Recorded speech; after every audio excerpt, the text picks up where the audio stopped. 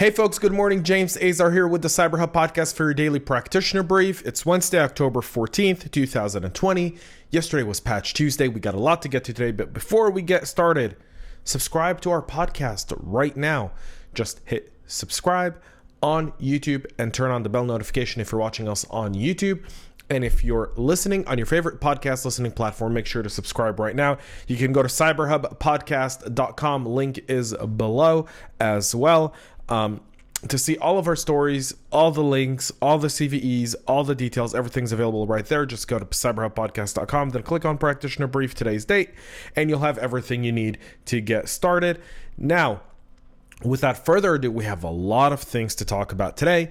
Yesterday was the infamous, famous, most awaited Tuesday of any Tuesdays of any Tuesday of the month. It was Patch Tuesday. And a lot of things come out. So Patch Tuesday, second Tuesday of every single month, where the major software creators let us know all the things that we need to patch and all the vulnerabilities we need to fix in order to remain secure. It's the basics, right? When I do the CISO Talk podcast, we often talk about, doing the CIS top 20. If you do the top 3, 4, if you do the top 9 well, you've pretty much got 50 to 60% of your security program down. Vulnerability management, patch management is one of those. So let's get right into Microsoft patches critical wormable RCE bug. Microsoft pushed out fixes for 87 different security vulnerabilities in October. 11 of them are critical, and one of those is potentially wormable.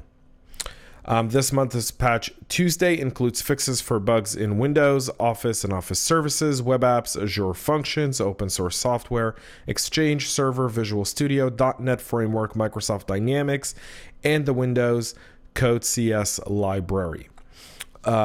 A full 75 are listed as important, and just one is listed as moderate in severity. None are listed as being under active attack, but the group does not include 6 issues that were known but unpatched before this month's regularly scheduled updates. One of the most notable critical bugs, according to researchers, is the remote code execution problem in the TCP/IP stack. The issue CVE 2020-1689-8 allows attackers to execute arbitrary code with elevated privileges using a specially crafted ICMPv6 router advertisement. Microsoft gives this bug its high exploitability rating, meaning attacks in the wild are extremely likely, and as such, it carries a severity rating of 9.8 out of 10 on the CVSS vulnerability scale. True to the season, it could be an administrator's horror show. Get it? It's a really cool pun because it's Halloween. Like Halloween's in a few weeks. Actually, like 2.5 weeks. So very cool. Another of the critical flaws is an RCE bug in Outlook, CVE 2020-169-47. The bug can be triggered by sending a specially crafted email to a target, and because the preview pane is an attack vector, victims don't need to open the mail to be infected. It can also be used in a web-based attack by convincing a user to visit a malicious URL hosting triggering content. That's on the Microsoft side. Let's go to Adobe.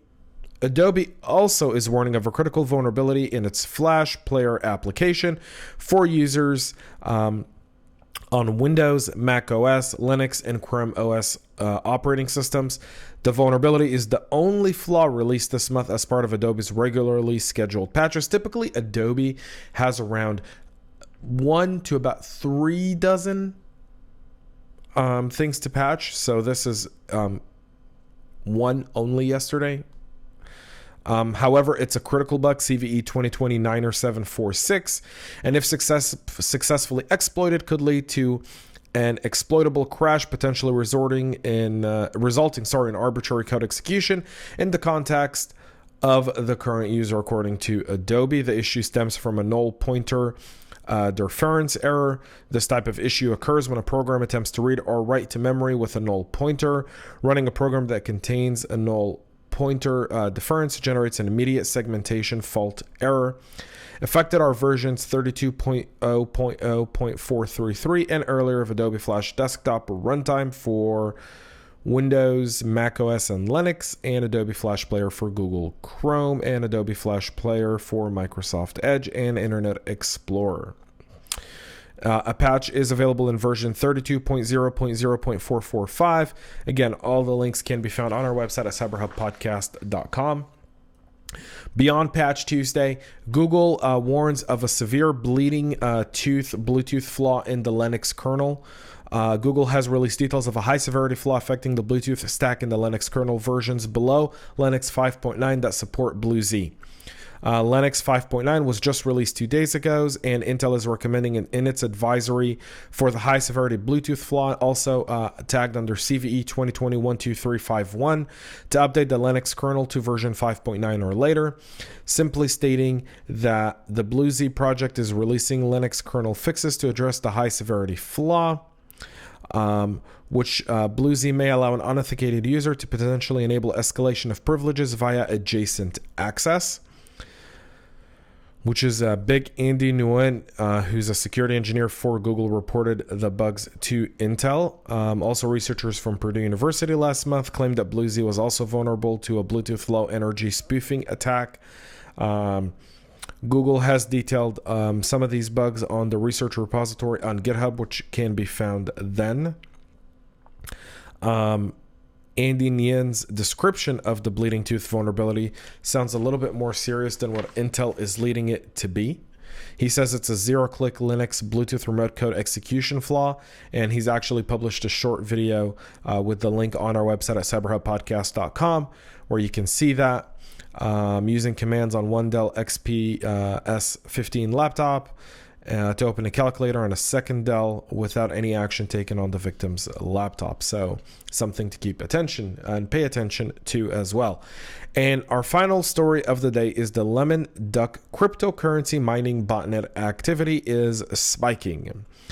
Researchers warn that Lemon Duck is one of the more complex mining botnets with several interesting tricks up its sleeve. While the botnet has been active since at least the end of December of 2018, researchers observed an increase in DNS requests connected with the command and control and mining servers since the end of August. A slew of attacks centered on Asia, including ones targeting Iran, Egypt, the Philippines, Vietnam, and India.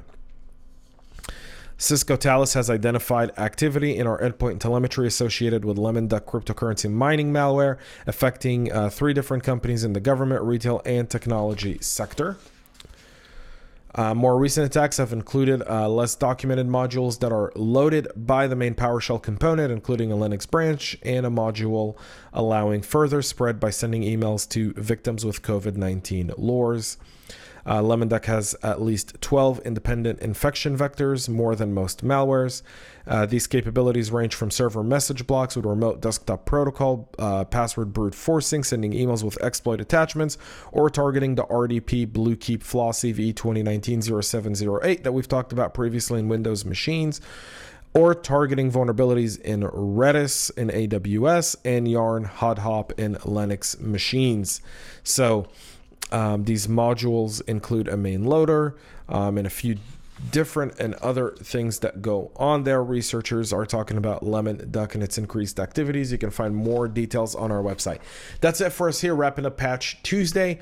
Tomorrow, Thursday, tune in. Also, our CISO Talk podcast, if you haven't subscribed, tomorrow, a great conversation with Margarita Rivera, the CISO over at LMC, a Lennar company. Absolutely brilliant interview, brilliant young woman. Definitely, if you have not subscribed to our CISO Talk podcast, do so right now. I'll be back with more Practitioner Brief tomorrow. Until then, thanks so much for tuning in. Thanks so much for listening. Thanks so much for watching. Thank you for the feedback. Thank you for the well wishes. I'm feeling great. I'm back to myself. I feel amazing. I feel like Superman. I feel good. And so with that being said, I'll sign off for today. Be back tomorrow with so much more to wrap up this week. Until then, folks, stay healthy and most importantly, stay cyber safe.